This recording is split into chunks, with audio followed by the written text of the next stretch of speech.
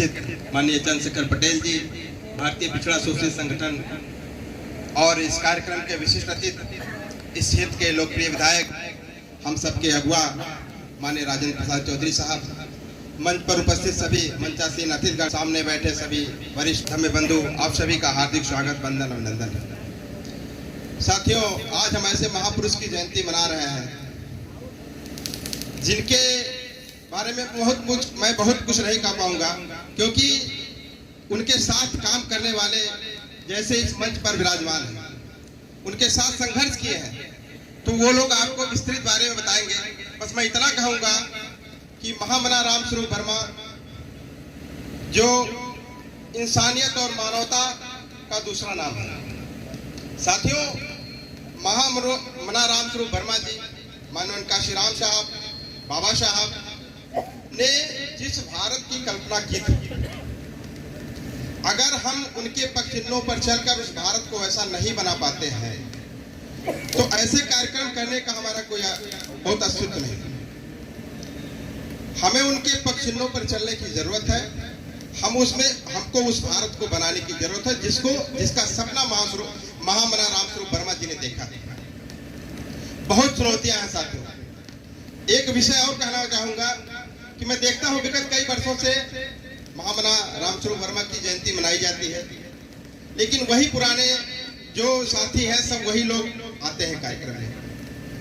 नवयुवक वर्ग को ऐसे कार्यक्रम में जोड़ने की मुहिम नहीं चलाई जा रही है, और जब तक नवयुवक वर्ग ऐसे कार्यक्रम में नहीं जुड़ेगा, तब तक कोई परिवर्तन नहीं हो सकता।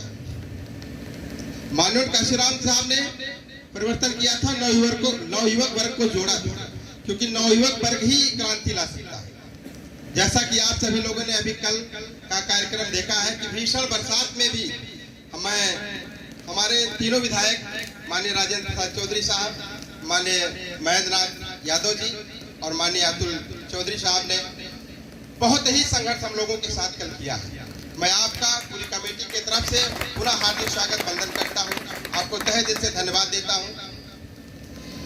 चूंकि परिस्थितियां बहुत विपरीत है, अर्जक संघ को लोग इस तरह से देखते हैं कि जैसे एक तरह से प्रचार करते हैं कि यह हिंदू धर्म का विरोधी संगठन है, जबकि अर्जक का मतलब होता है कि अर्जित करके खाने वाला, शोषित जो कमेरा वर्ग है, श्रमजीवी वर्ग है, मेहनत मजदूरी करके खाने वाले का दूसरा नाम है अर्जक, अर्जित करके खाने वाला।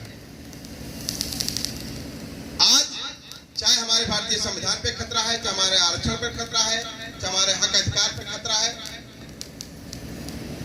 और जो मुरझा गया था आज 10 साल पहले, उसके पहले एकदम मुरझा करके धराशायी हो चुका था।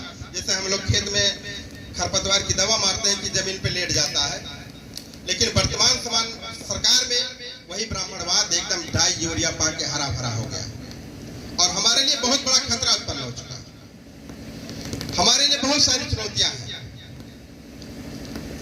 तो मैं आप लोगों से बहुत ज्यादा समय न लेकर के, हमारे वक्ता हैं और महामना रामस्वरूप वर्मा जी के साथ संघर्ष करने वाले साथी भी इस कार्यक्रम में मौजूद हैं, जो आपको बहुत विस्तार से भी बताएंगे।